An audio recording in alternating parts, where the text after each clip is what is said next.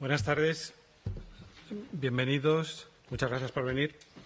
Y antes de nada quería agradecer a Miguel Ángel Blanco esta presentación y la oportunidad de haber participado en este proyecto tan llamativo, que nos ha llenado tanto y tan pionero en muchos sentidos. La verdad es que yo creo que mis compañeros del jardín, como Esther y los demás, nos hemos sentido muy a gusto colaborando en algo como esta exposición de historias naturales. Es un auténtico placer estar aquí, en casa de nuestros vecinos, lo cual siempre es agradecido, pero si encima esos vecinos pues son, el templo de las artes plásticas, pues claro, además de placer es un gran honor. Y yo los objetivos que tengo en esta charla son dos. En primer lugar, quería prácticamente sobrevolar por unas historias que transcurrieron hace un par de siglos y que una de las cosas que creo que son destacables en ellas es que aunaron, las voluntades y las ilusiones de dos gremios muy distintos, como son los gobernantes y los científicos. Esto no es nada frecuente, ya que tienen, como ustedes saben, objetivos y formas de pensar y lenguajes muy distintos, pero en este caso se dieron. Sin embargo, aunque voy a contar unas historias, pues como ya han escuchado a Miguel Ángel, no soy historiador. Y la razón por la que estoy es precisamente porque llevo 8 años en la dirección del Jardín Botánico. Y todas estas historias o bien empiezan, o bien transcurren o pasan, o bien terminan en el Jardín Botánico. Y por esta razón se diría que el Jardín Botánico es como un nexo de unión entre los deseos y los propósitos de los gobernantes y las acciones de los científicos. Y por esta razón es por la que pues me toca darles esta charla, del cual estoy encantado. Y el segundo objetivo es mostrarles también una pequeña muestra de nuestras propias maravillas. No somos el templo de las artes plásticas, pero tenemos una colección muy valiosa de dibujos botánicos que precisamente son el resultado de estas expediciones de las que les voy a hablar brevemente.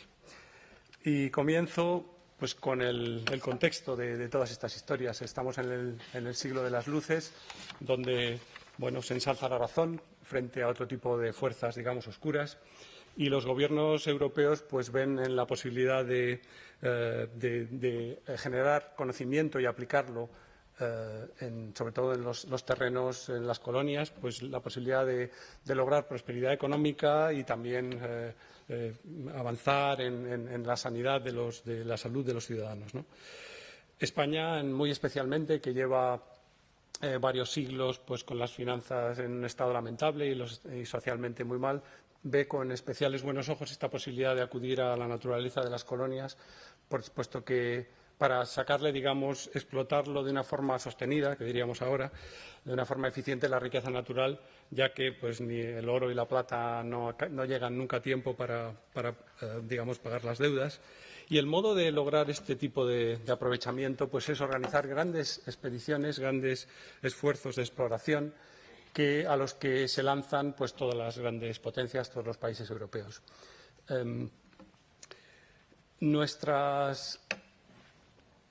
Efectivamente, como se ocupan la mayoría de los países más importantes, pues ahí tenemos antecedentes. Y quizá el más conocido es la misión geodésica francesa, que trata de determinar, como habían predicho los... No sé. ¿Se puede acercar un poco más el micrófono? Vale. Sobre todo este de aquí, porque...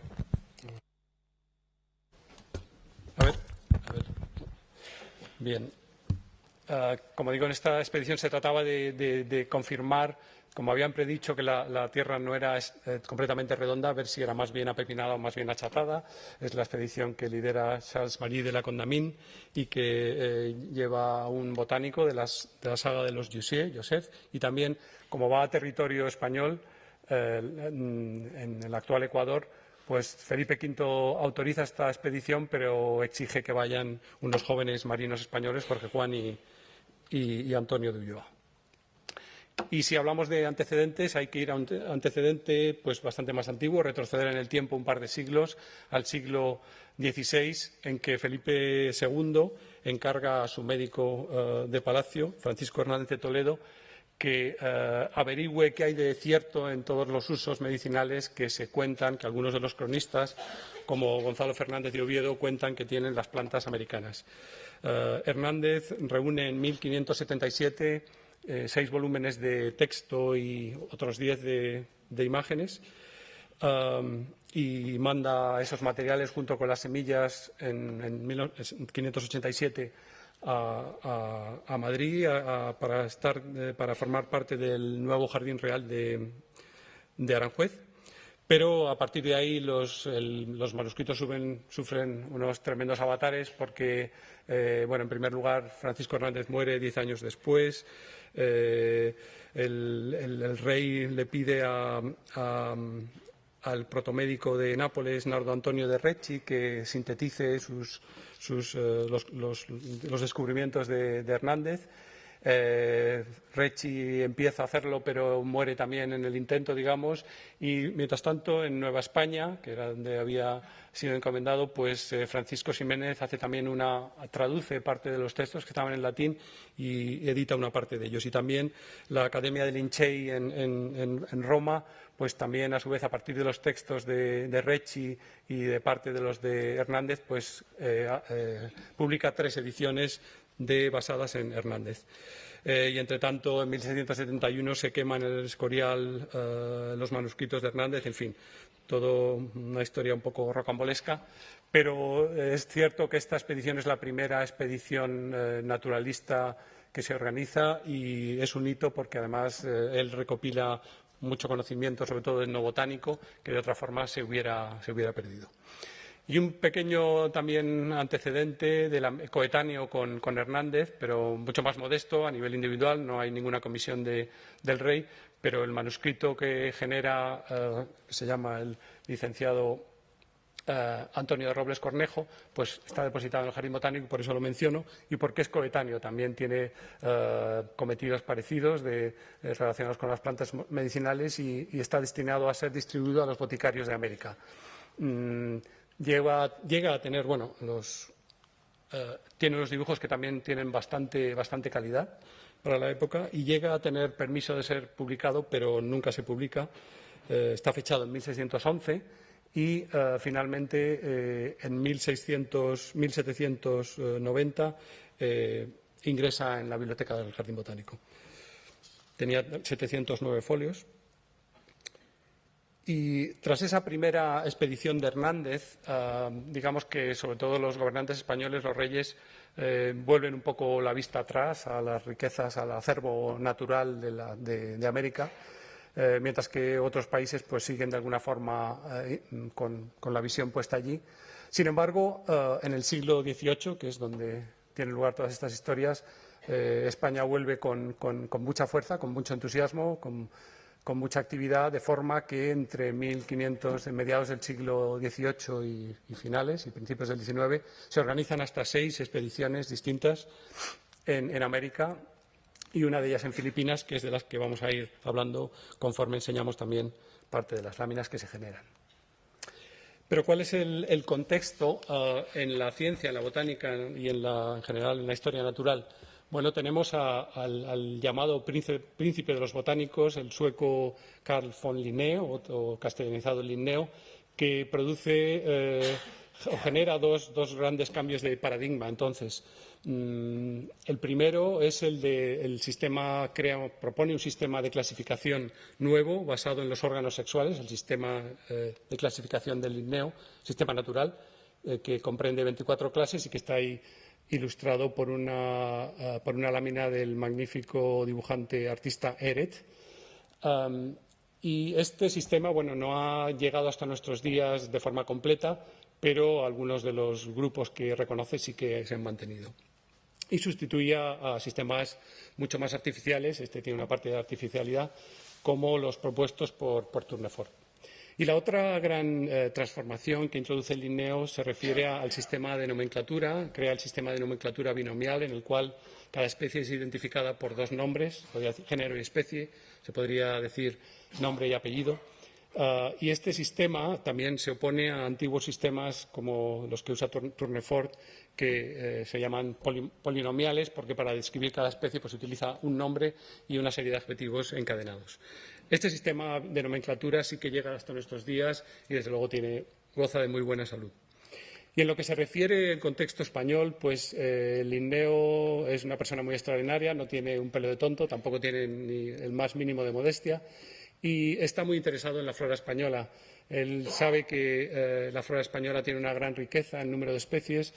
Como ustedes probablemente sepan que de las 7.500 especies que pueblan de forma natural la península ibérica, en este caso, pues la hacen el conjunto más rico en biodiversidad, junto con Grecia, en todo el continente europeo.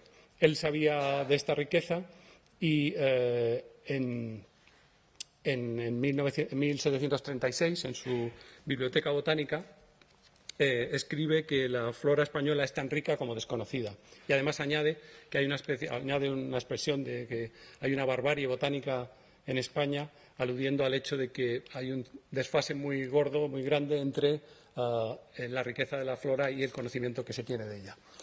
Esta afirmación publicada pues sienta muy mal, pero no sienta muy mal solo a los botánicos, sino sienta también muy mal a los gobernantes. Y, de hecho, pues el ministro Carvajal de Fernando VI, ministro muy capaz, por otro lado, se reúne con el embajador inglés King y con un grupo de naturalistas de la Royal Society y decide, a raíz de esta reunión y a raíz de saber la opinión real que se tiene de la ciencia española, ofrecer al Linneo un sueldo de 100 ducados anuales para que venga a España, o en su defecto que mande a un experto. Linneo se frota las manos con ese ofrecimiento, él no viene, pero manda a su mejor discípulo, que es Per Loeffling. Esto ya un primer inciso de un poco de esta singularidad de esta época, pues yo no me imagino a un ministro o casi un primer ministro pues ocupándose de estas cosas quizá en otras épocas que no fueran estas, ¿no? Incluida la actual. Loeffling llega a España en 1751. Bueno, obviamente no se encuentra un ambiente muy favorable entre los botánicos por lo que ha dicho su maestro, pero pronto esta situación se va corrigiendo. Es una persona muy, muy capaz también y comienza así o se genera la primera de las expediciones que les voy a contar, que es la expedición de límites al Orinoco, en la cual participa Per Loeffling. Esta expedición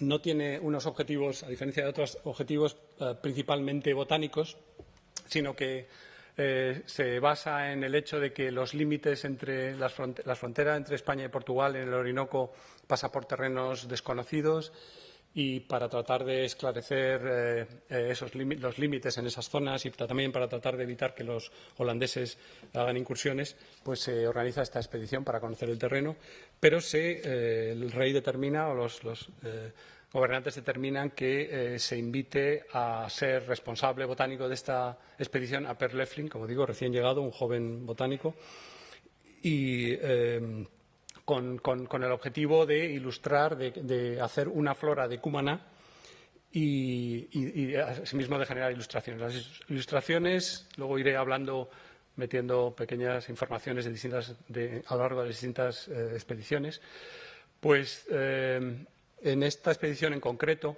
son la mayoría a lápiz. Ahí ven, por ejemplo, el cacao. Tienen anotaciones. Estas también son a lápiz. Los dibujantes, en todas estas expediciones aparte de los científicos, van dibujantes con un papel muy, muy importante. En este caso iban Bruno Salvador Carmona y Juan de Dios Castel, que eran alumnos de la Escuela de Bellas Artes de San Fernando, de Madrid. Se generan en esta expedición 115 dibujos. No se puede completar la flora de Cumaná porque Loeffling muere de fiebres allí durante la expedición. Y hay algunas láminas que son de color, como estas. Como he dicho, hay anotaciones, nombres científicos, porque son, digamos, láminas de trabajo. Los expedicionarios, los dibujantes, normalmente llevan material de Europa, pues plumas, pinceles, raspadores, compases, escuadras, pero ese es el material de dibujo, pero los pigmentos los fabrican allí con pigmentos a partir de distintas fuentes. La cochinilla, por ejemplo, para los rojos, el palo de Campeche y el aquiote, la Vixa orellana para los azules y los negros, el lapislázuli para los azules, malaquita para los verdes, etcétera. Ahora, un paréntesis entre las expediciones para hablar como he dicho antes, del nexo de unión de todas ellas, que es el Real Jardín Botánico, porque en 1755, digamos, en la estela o en el marco de todo este entusiasmo por la historia natural, por la naturaleza, sobre todo en las colonias, en este caso, pues se funda el Real Jardín Botánico en el Soto de Migas Calientes, en las afueras de Madrid, en concreto, pues cerca del río Manzanares y cerca de donde está el Palacio de la Moncloa y en la zona de Puerta de Hierro.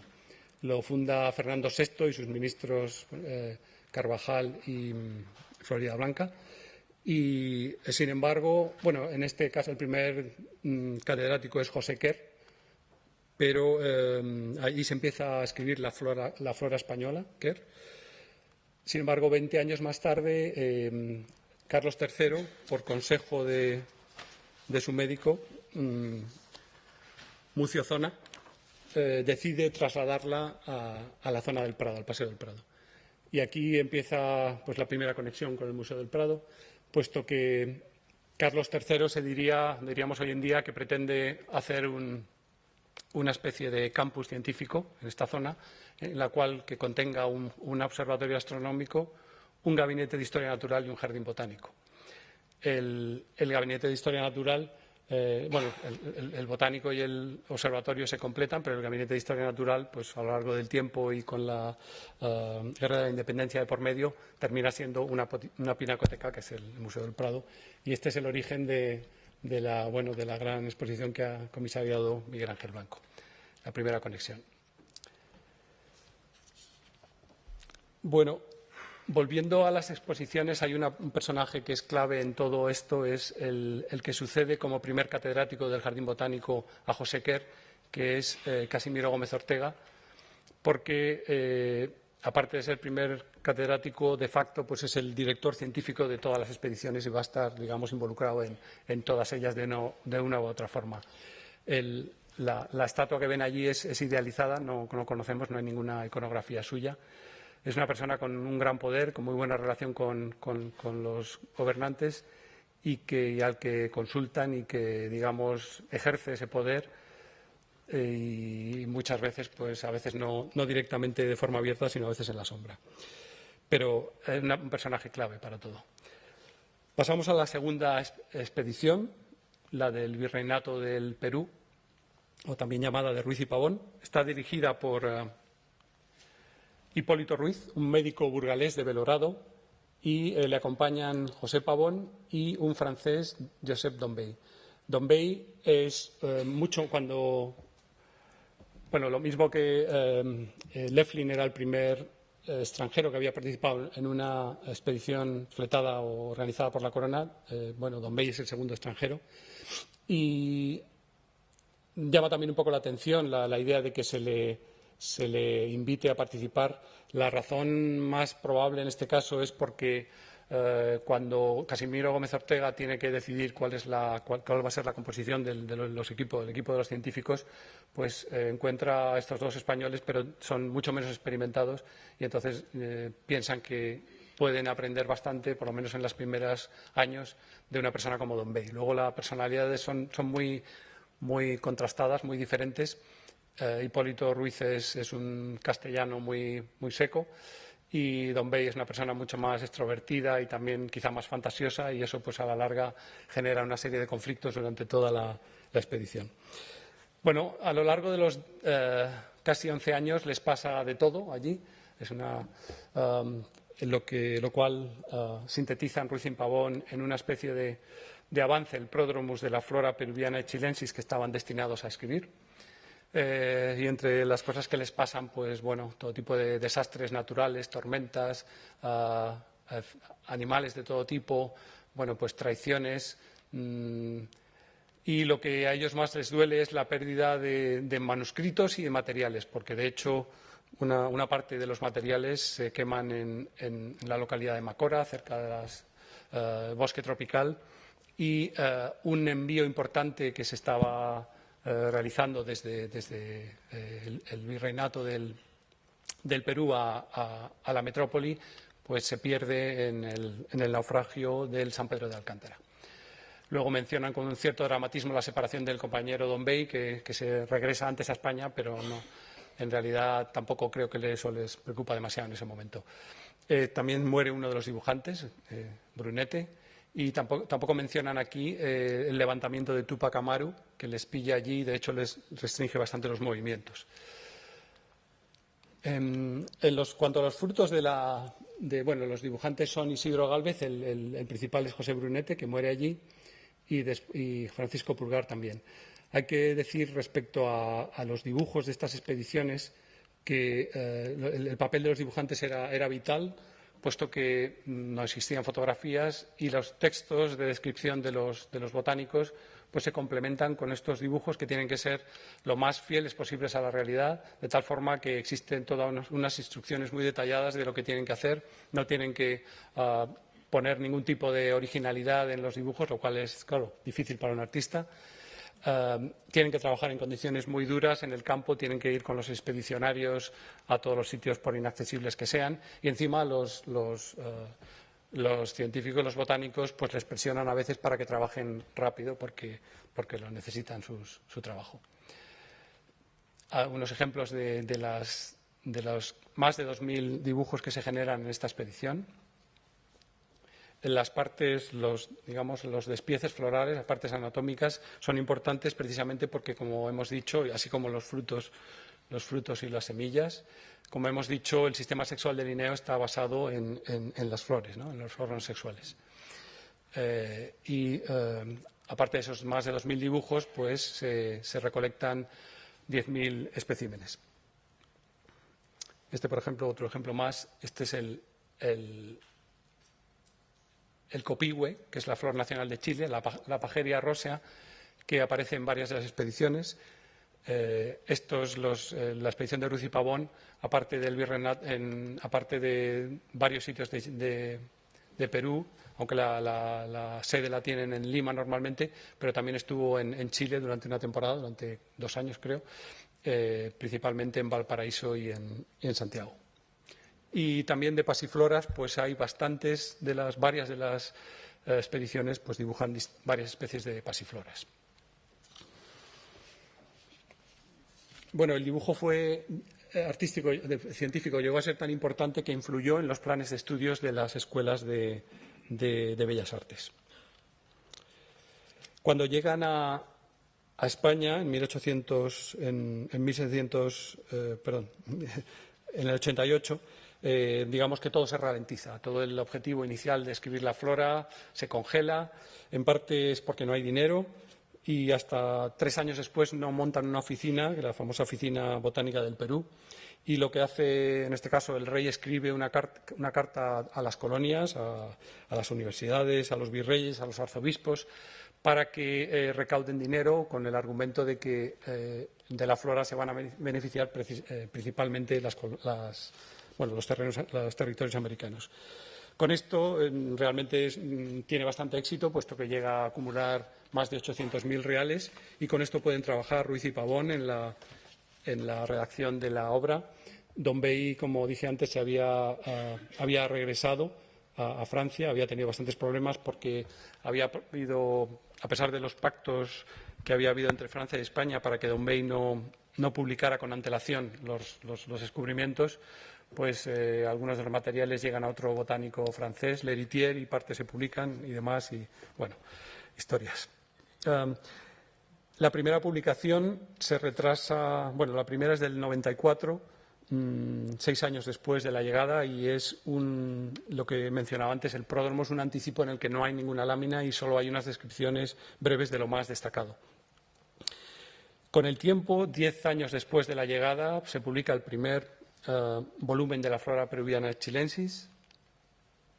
Y en los siguientes sucesivos 3 años se publican otros 2 volúmenes más. Sin embargo, ahí se detiene la cosa.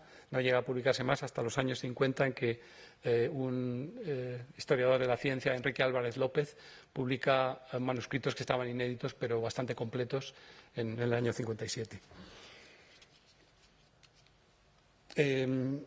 Y ahora un pequeño inciso, que en lo que ya parte ha comentado Miguel Ángel, este diálogo que ha creado en el Prado, para mencionar que la quina y sus cortezas, la cascarilla, de alguna forma personifica este interés muy grande aplicado de las plantas americanas durante esta época, durante el periodo de la Ilustración. Como ha contado Miguel Ángel, pues el propio género se dedica Linneo, el género Cinchona, a la condesa de Chinchón, y que era una antecesora de esta, claro. Y es tan importante el tema de las quinas que, bueno, suscita, por supuesto, competencia entre los países por encontrar cuál es cultivarla en sitios distintos donde puedan producir en cantidad, y también determinar cuáles son las más activas desde el punto de vista farmacológico de las especies de Cinchona, que por cierto son más de 30. Suscita, como digo, un tema tan candente, tan caliente, que además de generar competencia entre los países, genera conflictos entre los propios botánicos que han trabajado en las distintas expediciones, y en concreto entre Ruiz y entre Mutis, que es el representante de la expedición que hablaré a continuación. Y en concreto las disputas se refieren al hecho de que ambos se encuentran y describen especies en los territorios en los que están trabajando, pero no se ponen de acuerdo en cuanto a la validez de esas especies y también en cuanto a cuál es la más activa, la más útil.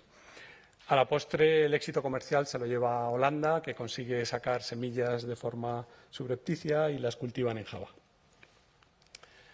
Pasamos a la tercera expedición, la del Nuevo Reino de Granada, a cargo de José Celestino Mutis. Es una expedición muy singular, lo mismo que es muy singular la figura de este personaje que los colombianos llaman el sabio gaditano. Y es la expedición al Nuevo Reino de Granada, básicamente coincidiendo con el actual territorio de Colombia. Es un personaje singular, es un prototipo de la Ilustración, un personaje ilustrado que en 1760 viaja como médico del virrey de Nueva Granada y inmediatamente tiene el sueño, como todos los científicos de esta época, de estudiar la naturaleza allí, de estudiar la historia natural. Y tan pronto como en 1763 y 64 escribe 2 cartas a Carlos III explicándole la gloria inmortal que resultaría para su majestad si le enviase 2 ayudantes y un dibujante, porque se estudiarían plantas de gran valor económico y se enviarían muestras a España para excitar la curiosidad de los ciudadanos, etc. El rey no parece darse por aludido en este primer intento, pero Mutis, como he dicho, es su sueño, el estudio de la flora de allí, y durante 2 décadas hace todas las cosas que sabe hacer. Tiene una inmensa capacidad de trabajo y de conocimientos. Enseña matemáticas, enseña física newtoniana, dirige 2 minas, ejerce como médico, inicia la construcción del observatorio astronómico en Bogotá.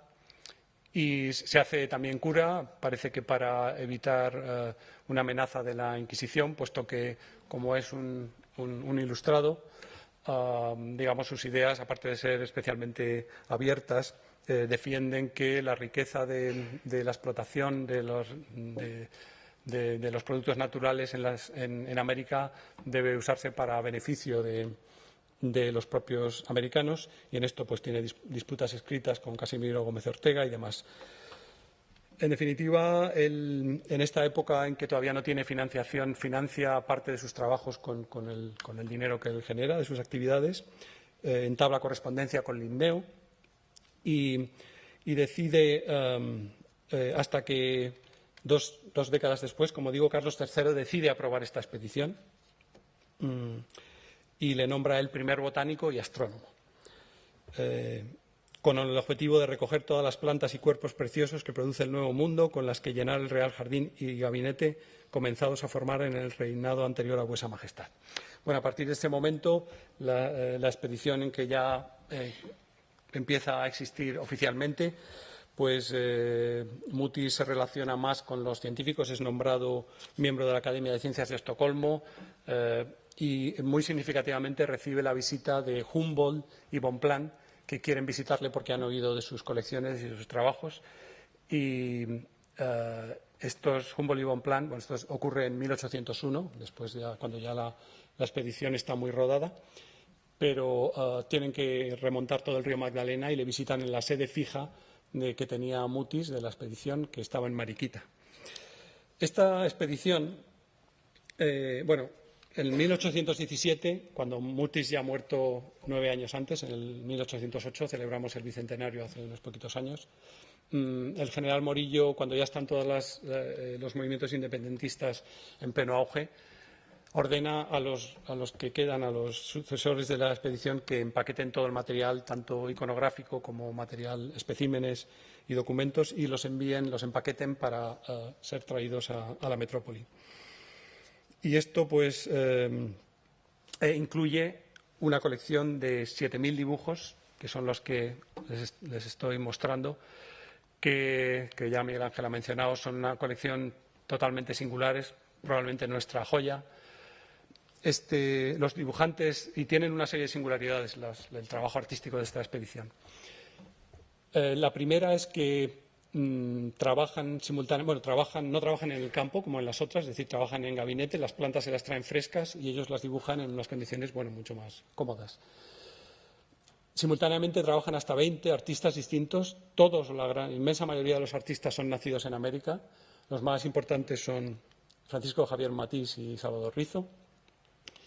Y a lo largo de toda la expedición llegan a trabajar más de 60 artistas. Esta quizá es de las más conocidas, puesto que esta lámina está dedicada a una planta que dedican a Mutis, la Mutisia clematis, es un bejuco, una trepadora, y el itinerario que discurre en la composición, que discurre en los tallos, representa las siglas de Mutis, tienen la M, y José, la J, Celestino. Estas láminas, aparte de, tienen un estilo común, no solo es que, porque un estilo común que claro es obra de Mutis. Él quiere que haya se aúnen de una forma muy clara, una representación fiel de los especímenes de las plantas, pero al mismo tiempo que sea tenga un valor artístico grande.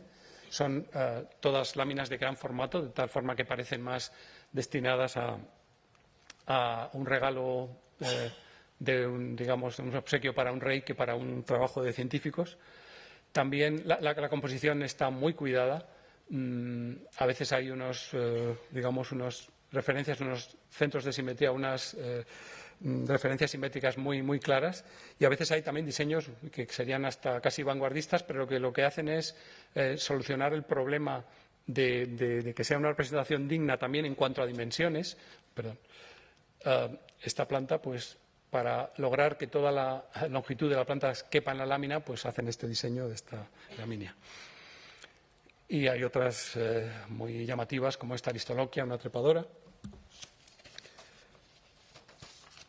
Los dibujos también, como hemos dicho antes, se coloreaban se hacían a la témpera y con pigmentos naturales. Y no se llegó a hacer una publicación basada en estas láminas. De hecho, Mutis solamente escribió de botánica El arcano de la quina, un libro, y sin embargo en los años 1950 se firmó un tratado con el gobierno colombiano, y desde entonces se están publicando las láminas a tamaño natural junto con las descripciones. Pasamos a la última de las grandes expediciones del siglo XVIII español, la del Virreinato de Nueva España, o la de Sesé y Mociño. Esta sucede por una confluencia de acontecimientos. Por un lado, se encuentra en en la Biblioteca del Colegio Imperial de Madrid parte de los manuscritos de Francisco Hernández, el que ya mencioné anteriormente, del siglo XVI. Parte de los manuscritos se encuentran, puesto que entre un material que permanecía allí después de haber sido expulsados los jesuitas. Y el ministro de Indias, José de Gálvez, le pide a Casimiro Gómez Ortega que actualice y publique el manuscrito. Y por otro lado, el otro hecho es que el que es nombrado director de la expedición, Martín de Sesés, un médico aragonés, estaba afincado en México y digamos que estaba haciendo trabajos, había hecho viajes y estaba haciendo trabajos de historia natural y también de medicina. Y entonces, pues aprovechando esa circunstancia, se nombra esta expedición que tiene como objetivos, como pone ahí, pues eso, complementar la obra de Francisco Hernández con los conocimientos que vaya generando la propia expedición, a la cual a Martín de Sesé le acompañan José Mariano Mociño, mexicano, que es, digamos, alumno del Jardín Botánico que se crea en México nada más comenzar, un año después de comenzar la expedición, y que es uno de los objetivos de la propia expedición. Esta expedición, al igual que la de Mutis y al igual que la de Ruiz y Pavón, tienen como objetivos principales científicos, objetivos botánicos, ¿no? Y en esta se incluye la de crear un jardín botánico. Los dibujantes son Atanasio Echeverría y Vicente de la Cerda. Se crean unos 2.000 dibujos botánicos, de los cuales algo más de 100 están en el botánico, y 1.800 pues, se encuentran en la Hunt Institute de Documentación Botánica en Pittsburgh, como luego comentaré brevemente.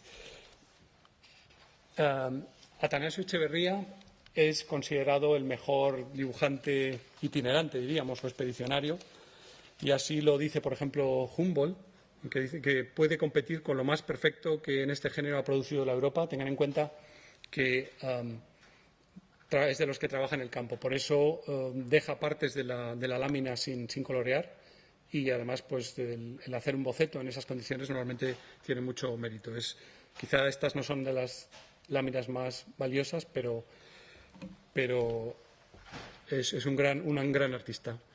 Bueno, en 1815, ya terminada, cuando ellos regresan a España en 1803, y en 1815 han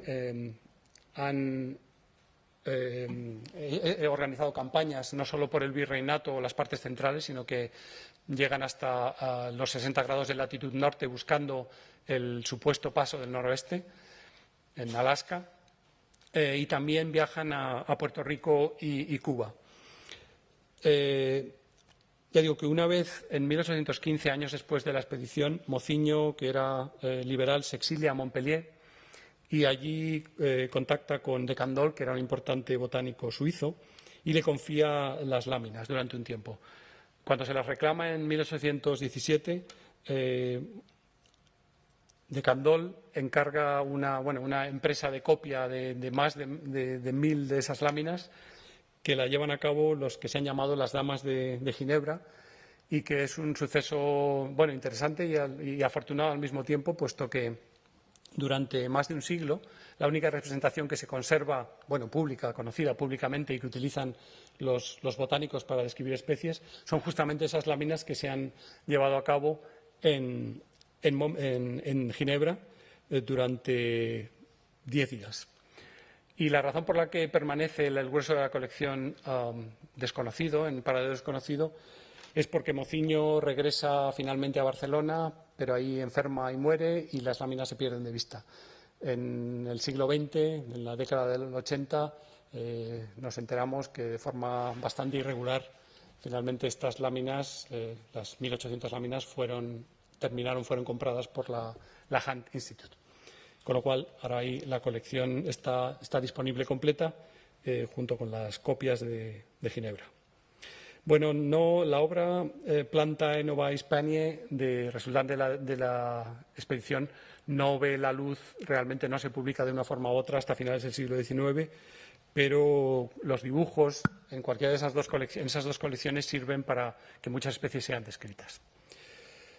Y pasamos a la expedición de Malaspina. Esta sí que, la expedición de Malaspina alrededor del mundo, sí que es una expedición que tiene unos fines principales de tipo político, estratégico, aunque a efectos o para, digamos, desde el punto de vista propagandístico también tiene efectos, también tiene propósitos científicos con cara a los otros países. Todos decían que eran expediciones científicas, pero en realidad lo que pretendían era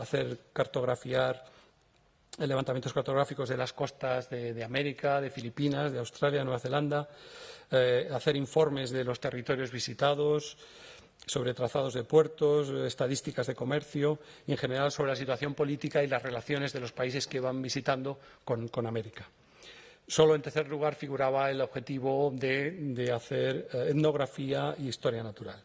Bueno, en 1789 zarpan 2 corbetas construidas a tal efecto, la Atrevida y la Descubierta, y el viaje se prepara con mucho detalle, con mucha consulta, digamos, a distintos técnicos y científicos.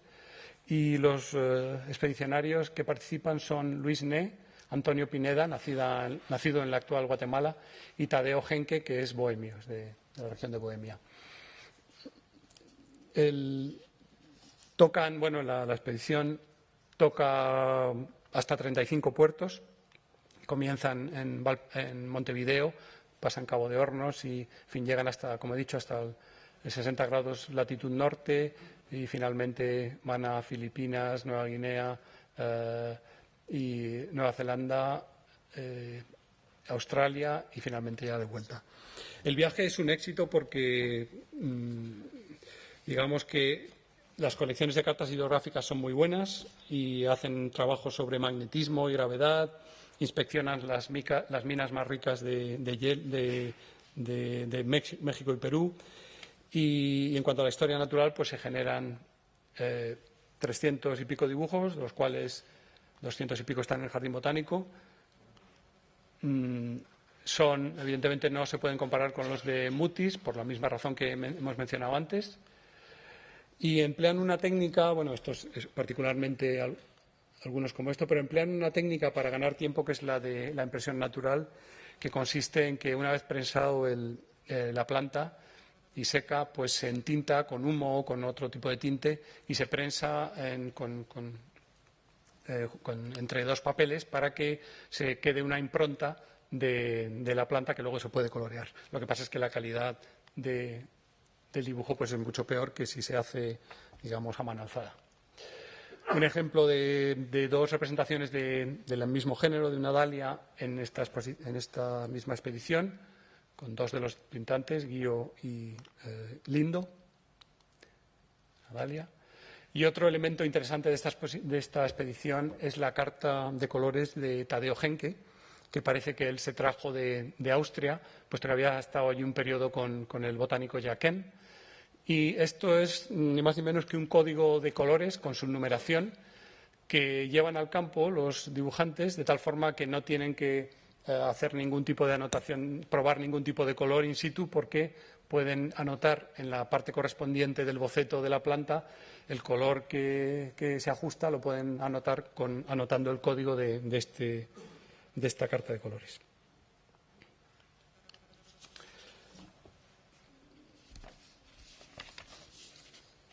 Bueno, Alejandro Malaspina regresa pues exitoso de su viaje, claro.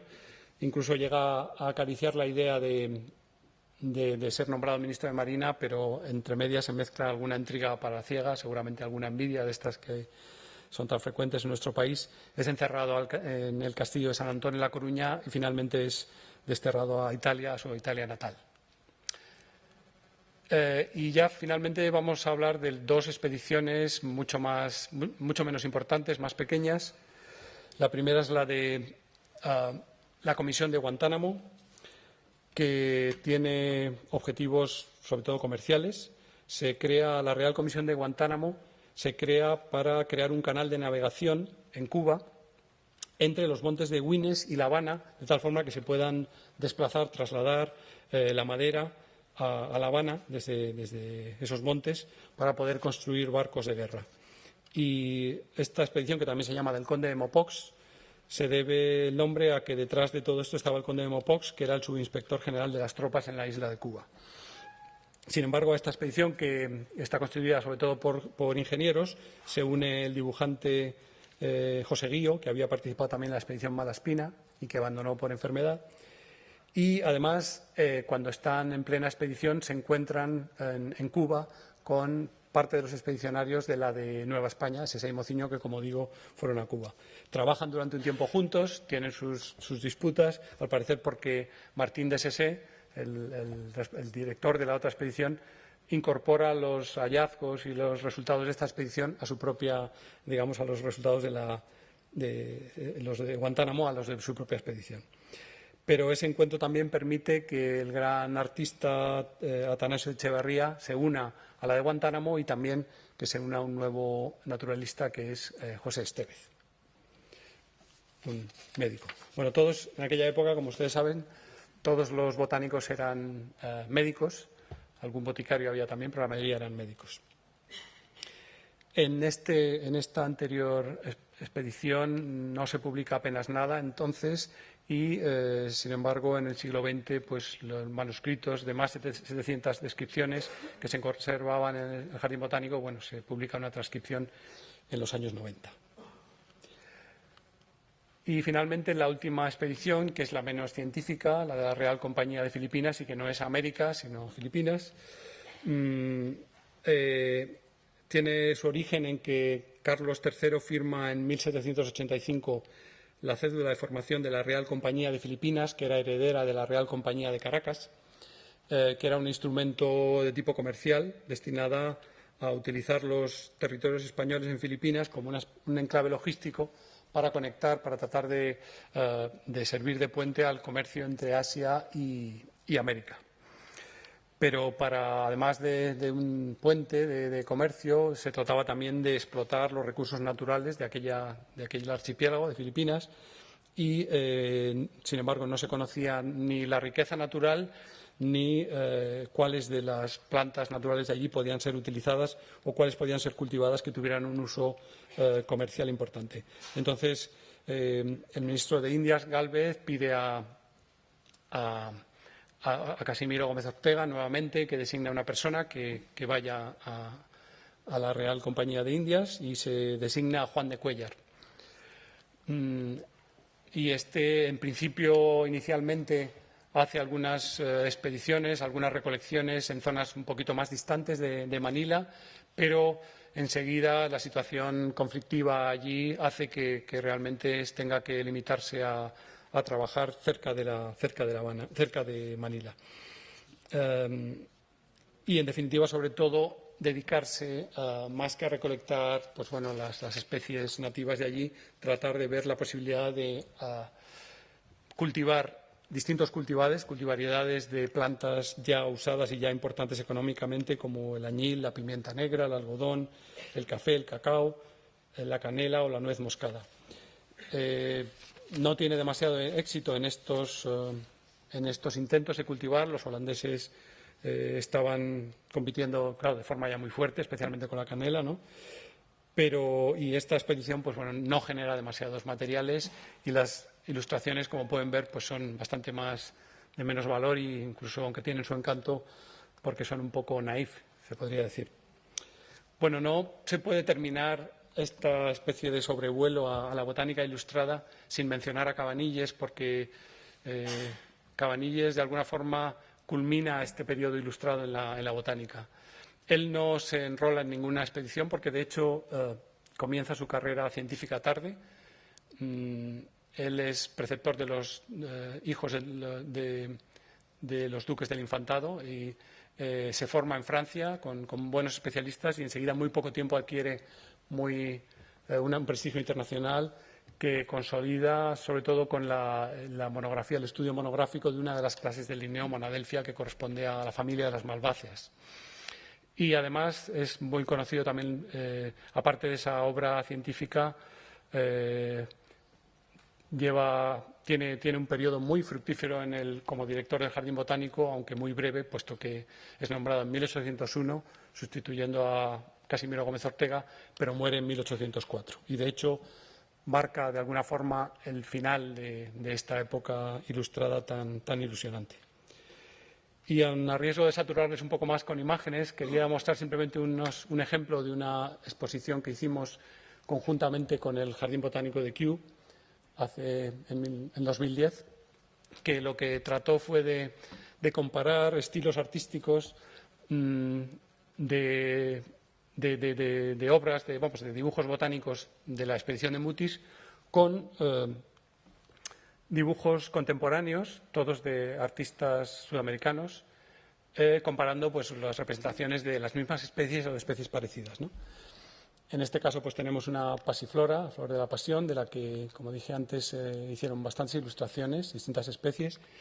Y una de las cosas que vimos enseguida es que probablemente la representación contemporánea es mucho más realista, pero no es más fidedigna si uno atiende a los detalles que interesan a un botánico cuando está estudiando una planta.